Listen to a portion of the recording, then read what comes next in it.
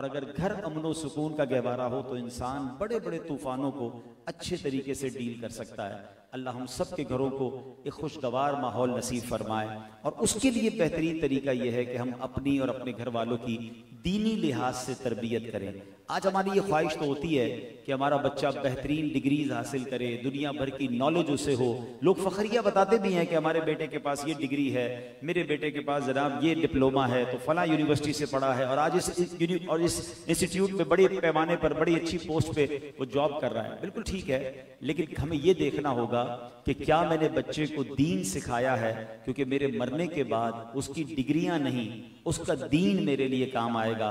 मैं आपको एक वाक़े से बात समझाता हूं और फिर अपनी बात को ख़त्म करता हूं कि अल्लाह करे कि हम अपने बच्चों को ऐसा बनाने में कामयाब हो जाएं जो हमारी मग़फ़िरत का ज़रिया बने। ये हमारा फल भी है और यूँ समझिए मरने के बाद हमारे लिए सदक़ा जारिया का बाइस भी है। एक बार हज़रत ईसा अलैहिस्सलाम एक कब्र के करीब से गुजरे। अल्लाह के नबी हैं, अल्लाह ने ऐसी निगाह अता फरमाई थी, आपने देखा कब्र वाले पर अजाब हो रहा है। कुछ अरसे के बाद आप वापस आए तो उस कब्र पर अनवारों तजल्लियात की बारिश हो रही थी। आपने अल्लाह से अर्ज किया, मौला कुछ दिनों पहले तो ये अजाब में था और आज नूर बरस रहा है, आज ये जन्नत के मजे ले रहा है। तो इरशाद हुआ कि ए ईसा, बात यह है था तो बड़ा गुनाहगार और गुनाहों की वजह से अजाब हो रहा था, मगर जब ये मरा था तो अपनी वाइफ को, अपनी जोजा को प्रेग्नेंट छोड़ के मरा था, यानी उसकी अभी विलादत होना बाकी थी। इंतकाल के बाद विलादत हुई, कुछ अरसे बाद बच्चा बड़ा हुआ, मदरसे पहुंचा, कारी साहब ने कहा पढ़ो बिस्मिल्लाहिर्रहमानिर्रहीम। ऐ ईसा, जब उसके बेटे ने बिस्मिल्लाहिर्रहमानिर्रहीम पढ़कर मुझे पुकारा, मुझे हया आई, मुझे शर्म आई कि जिसके बाप को जमीन के अंदर अजाब दिया जा रहा है, उसका बेटा जमीन पर मुझे रहमान और रहीम के नाम से पुकार रहा है। ऐ ईसा, उसके बेटे के मुझे रहमान रहीम के नाम से पुकारने की बरकत से मैंने उसके बाप के अजाब को दूर कर दिया। अब मुझे बताइए कि मेरी औलाद मेरे मरने के बाद अगर अल्लाह का नाम लेने वाली है, कुरान पढ़ने वाली है, दीन सीखने सिखाने वाली है, तो इंशाअल्लाह कब्र में मुझे तोहफे मिलते रहेंगे। और ये मैं नहीं कह रहा, खुद सरकारे दो आलम अलैहिस्सलाम ने, यहाँ पढ़े लिखे लोग मौजूद हैं और जनाब ऐसे लोग भी मौजूद हैं जो अच्छी जगहों पर इन्वेस्टमेंट करने का प्लान बनाते होंगे कि यार कहाँ कारोबार करूं कि लॉन्ग टर्म जो है उसका बेनिफिट मिले। तो नबी पाक अलैहिस्सलाम की एक हदीस सुनिए, प्यारे आका अलैहिस्सलाम फरमाते हैं कि दुनिया से जाने के बाद, हदीस पाक का खुलासा है, बंदे का नामा अमाल क्लोज हो जाता है।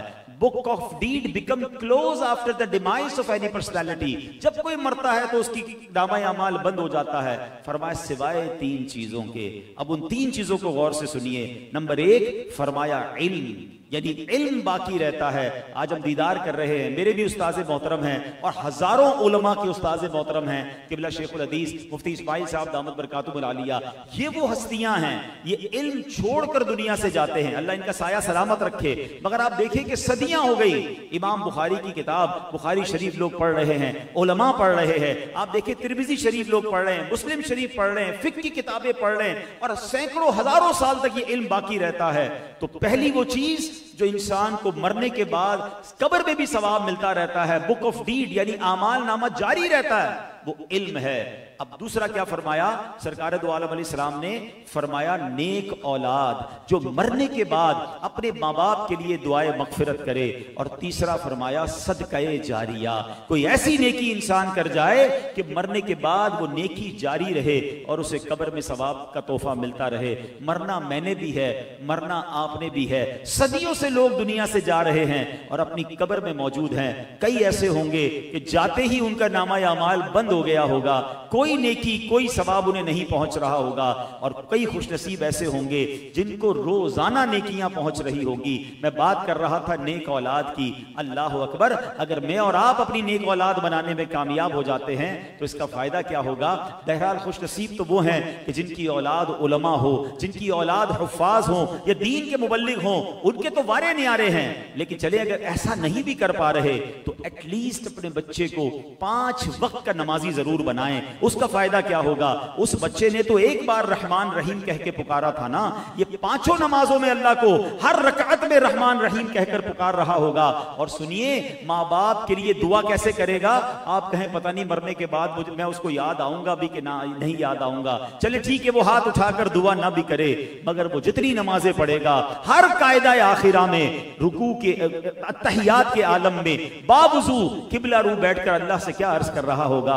रब्बना ग़फ़िरली वली वालिदैया वलिल मुमिनीना यौम यक़ूमुल हिसाब। अरे उस वालिद की किस्मत पर कुर्बान कि फजर का वक्त हो, उसके बच्चे नमाज पढ़ें और कब्र में उसे सवाब का तोहफा मिले, फिर ज़ोहर का वक्त आए उसकी औलाद नमाज पढ़े, उसे फिर कब्र में सवाब का तोहफा मिले। तो अल्लाह करे कि हम ऐसी औलाद बनाने में कामयाब हो जाएं जो हमारे लिए सदका जारिया का बाइस बने। और हाँ, इन तमाम चीजों में मैंने बड़ा गौर किया, सबसे आसान काम जो हमारे हाथ में है, क्योंकि औलाद को नेक बनाने की कोशिश जरूर करनी चाहिए और उसको गुनाह की तरफ नहीं जाने देना चाहिए, मगर एक काम ऐसा है जो हम आज ही कर सकते हैं, जो हम कल ही कर सकते हैं, और वो है सदका जारिया। कोई भी ऐसा काम सदका जारिया का अपने हाथों से करके जाएं, सुभान अल्लाह, एक बड़ी नेकी है कि बंदा मस्जिद बनाकर जाए, मदरसा बनाकर जाए, कयामत तक अजानें होती रहेंगी, सजदे होते रहेंगे, उसको सवाब का तोहफा मिलता रहेगा।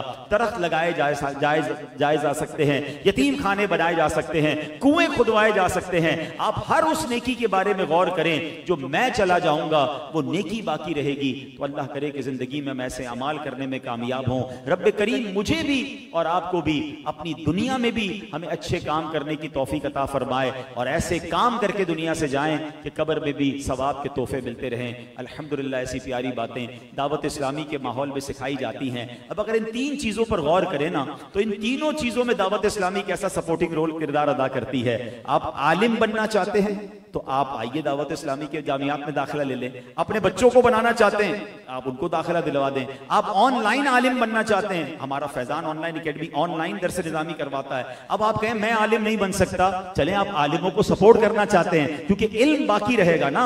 पहली बात नबी पाक ने यह फरमाई थी, आप किताबों की इशाअत में अपना किरदार अदा कर सकते हैं। तो इस हदीस पाक में जो तीनों सेक्टर बयान हुए, इन तीनों मामलात में दावत इस्लामी आपकी मददगार बन सकती है। दूसरे नंबर पर औलाद नेक छोड़कर जानी है, अपनी औलाद की तरबियत के लिए आप दावत इस्लामी के इदारों में राब्ता कीजिए और उनको वहां दाखिला दिलाइए। और तीसरे नंबर पर अगर आप सदका जारिया का कोई भी काम करना चाहते हैं, आइए हमारे साथ, हम मिलकर इंशाअल्लाह बहुत सारे सदका जारिया के काम जारी रखे हुए हैं, आप भी उसमें हमारे पार्टनर बन सकते हैं। इस वक्त जो मौसम बदल रहा है इसकी बड़ी वजह हमने दरख्त काटे हैं और बड़ी बेदर्दी से काटे हैं। सोसाइटियां तो बनाई, सड़कें तो बनाई, मगर दरख्त ना लगाए। और आज माहौल हमारे सामने है, हम सब चाहते हैं मेरी गाड़ी दरख्त के नीचे साया मिल जाए, मगर हम दरख्त लगाने के लिए तैयार नहीं हैं। अल्हम्दुलिल्लाह 1 अगस्त से दावत इस्लामी का शोबा FGRF पौधे लगा रहा है। अब तक 32 लाख पौधे हम लगा चुके हैं और इंशाअल्लाह मजीद लाखों पौधे लगाने का इरादा है। हमारी गुजारिश ये है,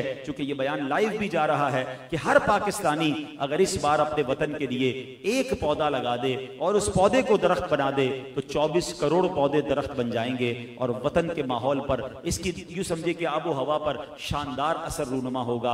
अल्लाह करीम ये भी नेकी करने की, क्योंकि पौधे लगाना भी, दरख्त लगाना भी सदका जारिया है। अल्लाह इस नेकी में भी हमें हिस्सा मिलाने की तौफीक अता फरमाए। माशाअल्लाह जिस खुशी में ये महफिल सजाई गई है, अल्लाह इस शादी को खाना आबादी फरमाए। आमीन बिजाहि नबी अमीन सल्लल्लाहु तआला।